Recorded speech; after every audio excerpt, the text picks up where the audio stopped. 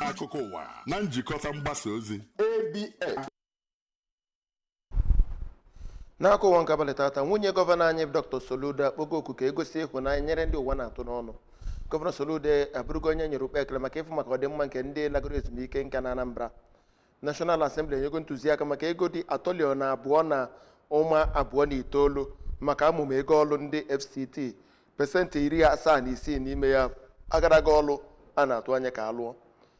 Ndị akpọrọ hackers atọ abụrụgo ndị nwụrụnụ na ihe gbasatara volkano kpara mkpamkpa na Indonesia. Akụkọ ụwa nke abalị tata, aha m bụ Obi Ajụlụ Soke. Nwunye gọvanọ anyị bụ Dr. Nonye Soludo akpọgo oku nyere ndị mmadụ ka amakọdoro mmụọ ịdị na-enyere ndị mmadụ aka na ịdị na-egosi ịhụnanya, kachasị ndị ụwa na-atụ n'ọnụ n'anyị nso. Dr. Soludo kpọrọ okwu a oge ọ na-ekwekwu na mmemme World Red Cross Day ma mee ka amata na ịbịakọta ọnụ ga-enyere anyị aka ka anyị nwee ezi afọ ọma ebe ndị mmadụ ga-enwe aṅụrị.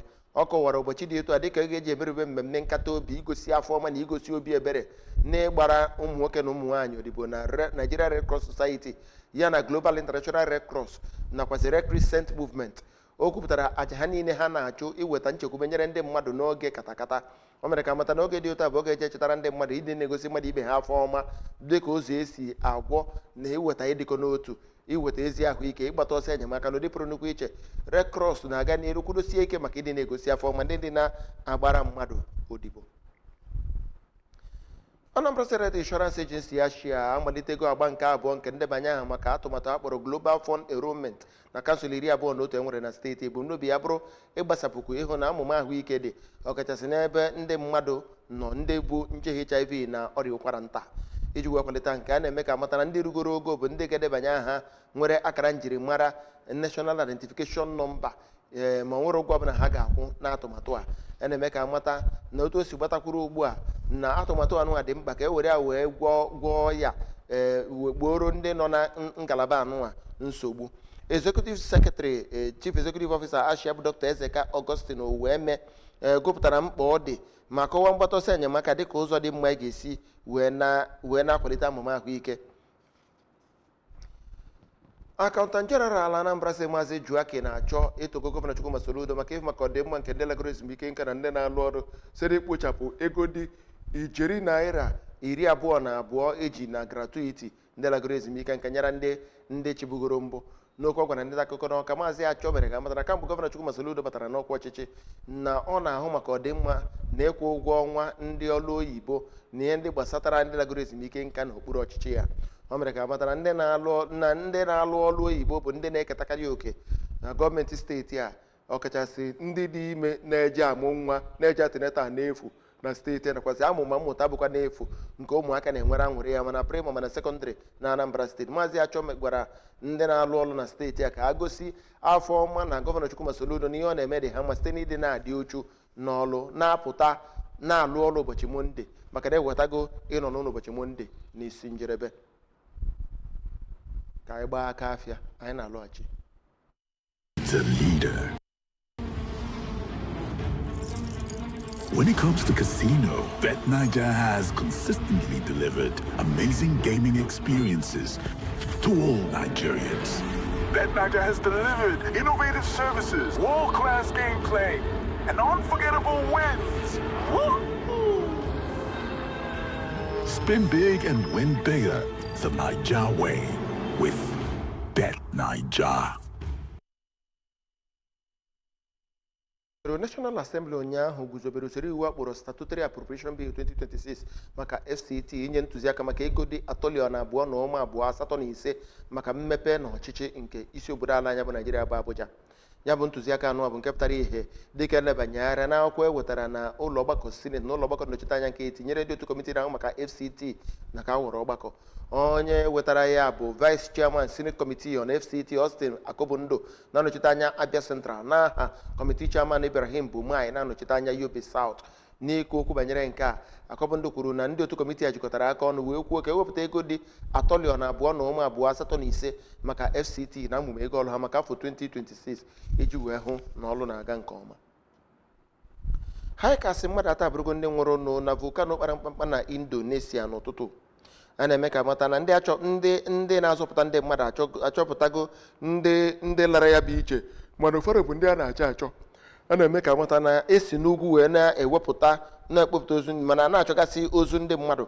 A na-eme ka amata na ya bụ na ndị a chọpụtara gụnyere mmadụ 9 bụ ndị mba Singapore dịka ha mochiri mmadụ ije ịchọta ndị mmadụ na volkano ahụ na-akpa mkpamkpa.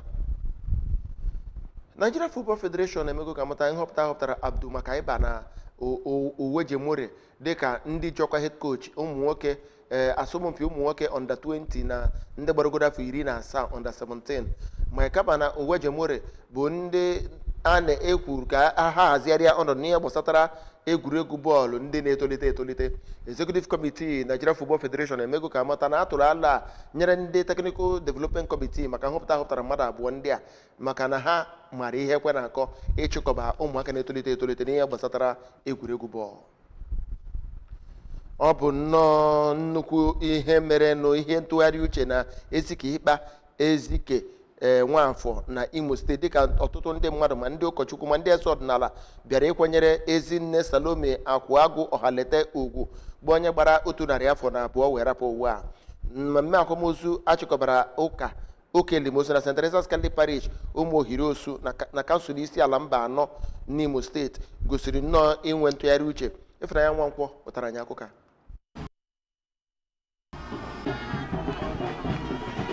Bishop Diocese Okigwe Most Reverend Dr. Solomon Amamchukwu Amatu nke onye nọchiri ya bụ Monsignor Jerry Ofegbu sonyere ụkọchukwu na-elekọta ya bụ parish Reverend Father Pascal Ndukwu na ya bụ ofufe nro. N'okwuchukwu ya Reverend Father Theophilus Obiorha chetara ndị nke Kraịst na ọnwụ abụghị njedebe kama ngafe na ndụ ebighị ebi maka ndị kwenyere na Chineke. N'okwu ha ụmụ nwaanyị alara mmụọ ndị nwoke Maazị Kajetan nakwazi Chief Theodore Ọhalete kọwara nne ha lara mmụọ dịka onye na-agbaso ụkpụrụ udo, nwaanyị nwere ọmịiko nakwa omepụrụ onye ọ dịara. Nne m wee ezigbo mmadụ. Nne m wee onye ga-abụ ya sị gị ihe awụ ofu mara na ọwa ofu, ọ sị gị na ọ wee bọọ ọ mara na ọ wee bọọ. Ana ọkwara ọta ka o ji zụọ omeihe ukwu a na-atụ achị. Ebe ụmụ ya ndị nwaanyị Oriakụ Celestina Duru nakwazi nwunye nwa ya Lọlọ Patricia Ọhalete tozinu ya maka ezi akparamagwa jupụtara n'eziokwu, obi ọmịiko nakwazi ezi ntọala ife Chukwu nke ọ tụnyere na ezinụlọ ahụ. Mma m wee Ezinne, o nwere obi ọma, ọ nwaanyị na-akpakọta, ọ nwaanyị na-elekọta. Ebe ụmụ ya nke gụnyere Maazị Obinna Ọhalete, Nwaada Munachi Ojimba, Oriakụ Chidimma Duru nakwa ọtụtụ ndị ọzọ rụtụrụ aka na ịga n'iru nke ha nwetara na ndụ bụ nnọọ nke gbadoro ụkwụ na ntụziaka ya, afọ ofufo ya nakwazi ndonye ukwu ya. Most of the way we are today from the woman ka o si bịa, and the music I'm doing they are rehearsing from the woman because she too is she's a musician too. Onye isi oche otu jikọtara ndị eze ọdịnala nke isi ala mba anọ Local Government Council Eze Engineer Christian Agbụgba kpere ekpere ya Chineke ka onye ezinụlọ ahụ ike idi ya bụ ọnwụ nne ha.